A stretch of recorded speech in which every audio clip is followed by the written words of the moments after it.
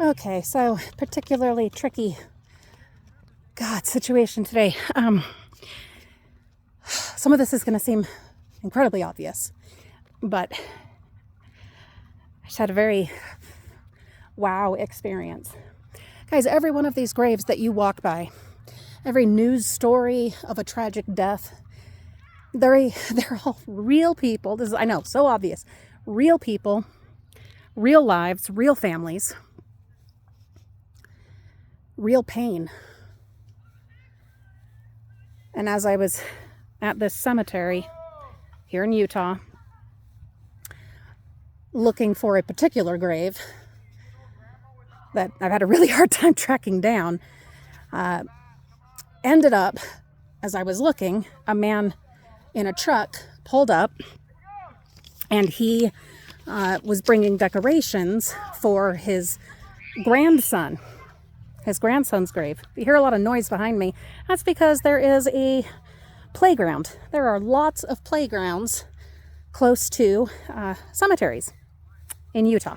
I don't know if it's that way elsewhere. I'm going to look into that, but that is definitely a thing here because the cemeteries fall under the Parks Department. Yeah.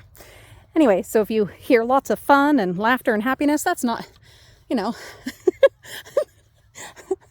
childlike ghosts. No, it's kids playing at the park. Anyway, so this man was bringing out some fresh decorations for his grandson. Tragic, absolutely horrible, unsolved hit and run death that I may or may not go into more detail in an upcoming video with, but I think I'm going to. I feel like I have to. But anyway, while he and I were talking, and he was anxious to share the details, and I hadn't told him that I do social media or any of that. I hadn't mentioned any of that. And especially because this part of my social media journey is very recent, very new. So I wasn't going to mention it.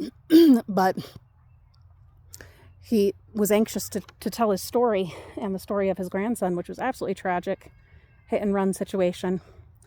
And while we were talking about it, and after I had told him, I do social media,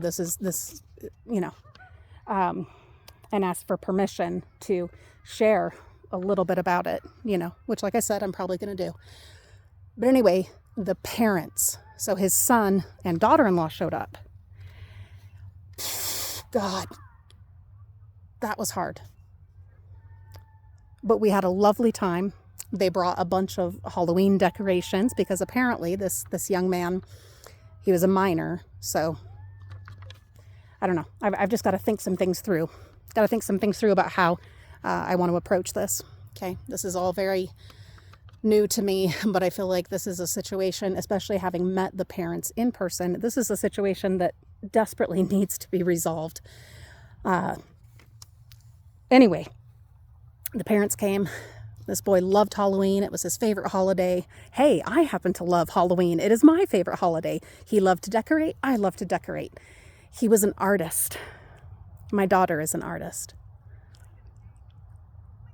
The whole thing was so incredibly tragic. And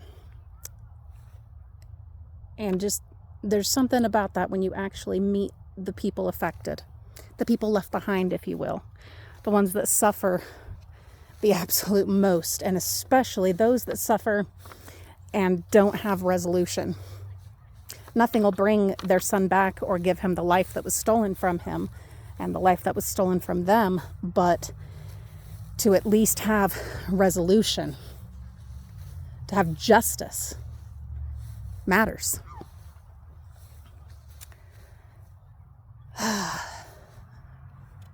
That was not an experience I was expecting. As I was here today actually looking for a really notorious grave of a mass murderer, actually, but that was not what I was expecting. And it was heavy. It was very heavy and very difficult. But it also gave me so much insight and made me think so much about this journey that I'm on, where I'm exploring, these cemeteries and digging into history, and just, I don't know. It is such a good reminder that these aren't just lovely or unique headstones. These are lives, these are stories, these are loved ones, and they demand respect. And I want to commit to that right now as I embark on this, just starting out in this video genre or whatever. I want to never approach it through the lens of sensationalism or, being titillating or any. No, that's not the approach that I am committing to. I am committing to approach it with respect, with kindness, with love, with understanding, with regard to the fact that these are real people's lives that we are talking about, real people's deaths that we are talking about. These are people that were loved, people that are missed, and that matters. And I commit to you right now, that is how I'm going to approach it. So, more to come. My name is Julie. This is just another step in this journey, whatever this journey is. Oh, God.